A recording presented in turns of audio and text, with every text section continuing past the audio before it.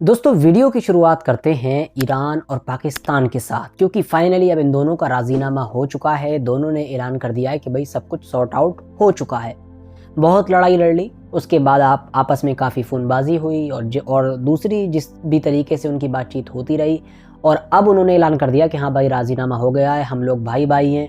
हमारी लड़ाई के चक्कर में दूसरे लोग फ़ायदा उठा लेंगे तो लड़ना ठीक नहीं है। कुल मिलाकर उन्होंने ये ऐलान कर दिया है। बाकी की जो फॉर्मेलिटीज़ बची हैं वो पूरी कर ली जाएंगी, मतलब कि एम्बेसडर वगैरह, जो राजदूत वगैरह हैं जिनको एक दूसरे ने भगा दिया था या नहीं आने के लिए कहा था, अब उनको भी एक दूसरे के देश में भेज दिया जाएगा ताकि कामकाज वगैरह शुरू हो जाए। तो इन दोनों का मामला तो निपट चुका है।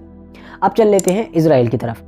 इजराइल के जो प्रधानमंत्री हैं नेतन्याहू, उन्होंने अभी 2-3 दिन पहले ही एक ऐसा इंटरव्यू दिया कि जिसने दुनिया में खूब हलचल मचाई। उन्होंने इंटरव्यू में कुछ अलग अलग टॉपिक से जुड़ी हुई इस तरह की बातें की कि जिन्होंने पूरी दुनिया में हंगामा मचाया। पहले तो उन्होंने फ़िलिस्तीन का ही इनकार कर दिया। उन्होंने कहा कौन सा फ़िलिस्तीन, कहाँ का फ़िलिस्तीन, कैसा फ़िलिस्तीन। बावजूद इसके कि अमेरिका एक लंबे वक्त से, मतलब पूरी जंग के दौरान, 2 स्टेट सॉल्यूशन का फ़िलिस्तीन का चूरन बेचता आ रहा है। सबसे कहता आ रहा है कि भाई हम तो इसराइल का साथ इसलिए दे रहे हैं क्योंकि वो जेनोसाइड नहीं कर रहा है, बल्कि वो तो मजलूम है, ये तो सब हमास की वजह से हो रहा है, वो कब किसी का हक मार रहा है। और अब उसी ने ही इनकार कर दिया। तो अब दुनिया पूछ रही है अमेरिका से, आप किसकी बात कर रहे हैं, आप जिसका सपोर्ट कर रहे हैं वो तो आज़ादी तो छोड़िए, वो तो फ़िलिस्तीन के नाम का, फ़िलिस्तीन के वजूद का इनकार कर रहा है। और उसने अपनी ज़बान से बोला कि हमारी ये ख्वाहिश है, नेतन्याहू ने कहा कि फ्यूचर में जो है Israel from the river to the sea पूरा कंट्रोल हासिल करेगा। ये वही नारा है जिस पर लगाने पर जो फ़िलिस्तीन के सपोर्टर थे उनको क्रिमिनल बोल दिया जा रहा था। उनको कहा जा रहा था कि तुम जेनोसाइड की बात कर रहे हो, यहूदियों के जेनोसाइड की बात कर रहे हो। लेकिन अब वही बात इजरायली सपोर्टर्स ने नहीं, बल्कि इजराइल के मेन लीडर प्रधानमंत्री ने बोल दी। यही वजह है कि वो खटास के जो अमेरिका और इजराइल के बीच देखने को मिल रही थी वो अब और भी ज़्यादा बढ़ गई है। हालात ऐसे बन गए हैं कि अब खुद इजराइल के अखबार ये बात लिख रहे हैं कि जो नेतन्याहू का एरा है, जो नेतन्याहू का दौर है, वो ओवर, ख़त्म हो चुका। अब ये बात तय हो चुकी है। अभी तक तो सब बोल ही रहे थे कि इलेक्शन के ज़रिए से चला जाएगा नेतन्याहू, लेकिन अब अगर इलेक्शन के ज़रिए से नहीं भी गया नेतन्याहू, मतलब जंग उसने बढ़ाए रखी, तब भी मुमकिन है कि अमेरिका ही उस बंदे को किसी तरह से हटा दे और दूसरी गवर्नमेंट लाकर बिठाल दे इसराइल में। यानी जाना तय हो चुका है, क्योंकि अमेरिका से भी 36 का आंकड़ा हो गया है। इसके अलावा इन्होंने अपने बयान में एक बात और कही नेतन्याहू ने। इनसे ईरान के बारे में पूछा गया कि भाई आप ईरान पर अटैक करने से क्यों डर रहे हैं। इन्होंने कहा किसने कहा कि हम अटैक नहीं कर रहे हैं ईरान पर, हम ईरान पर डायरेक्ट अटैक करने जा रहे हैं। और इन्होंने ये भी कहा कि भाई ये जितने भी तुम देख रहे हो, ये हमास हो, यमन में हूती हो, हिजबुल्ला हो, इन सब का सरदार है कौन, इन सब का कौन है, इनके बैक में कौन है तो इनडायरेक्टली ईरान ही।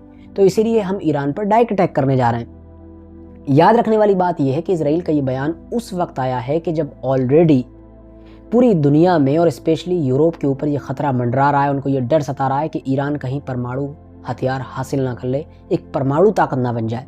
क्योंकि पहले तो ट्रम्प, जो कि अमेरिका के पूर्व राष्ट्रपति रहे, उनकी तरफ से कुछ दिन पहले बयान आया था कि अब 34 दिन यानी कि 34 दिन दूर है ईरान परमाणु हथियार हासिल करने के।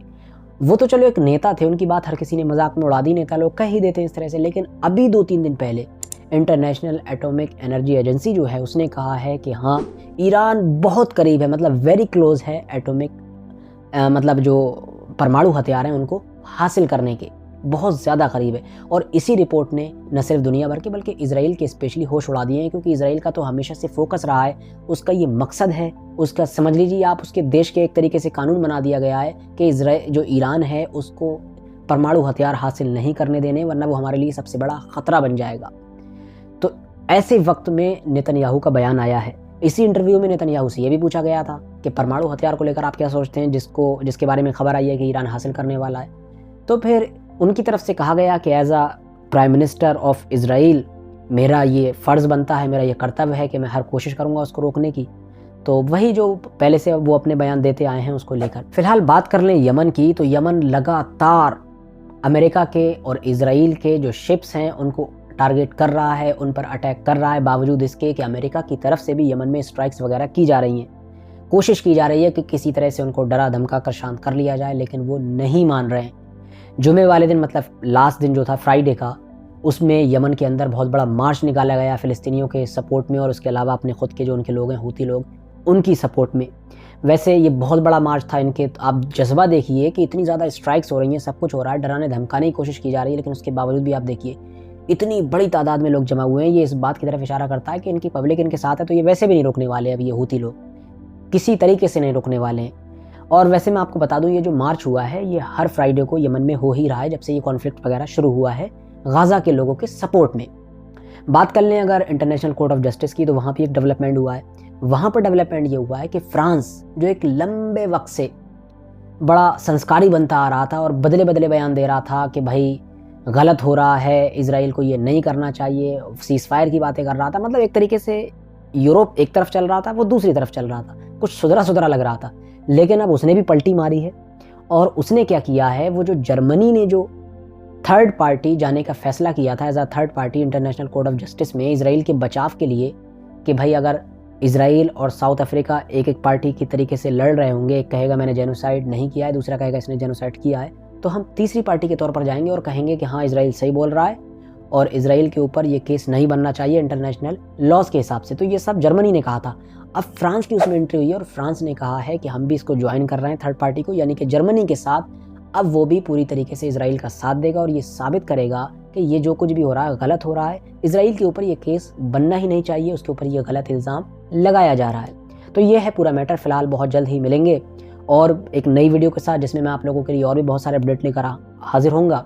वीडियो अगर इन्फॉर्मेटिव लगी हो वीडियो को ज़रूर लाइक कर लें और इसी तरह की वीडियोज़ हमेशा देखने के लिए मेरे इस चैनल को सब्सक्राइब करने के साथ साथ बेल आइकन को भी ज़रूर प्रेस कर लें।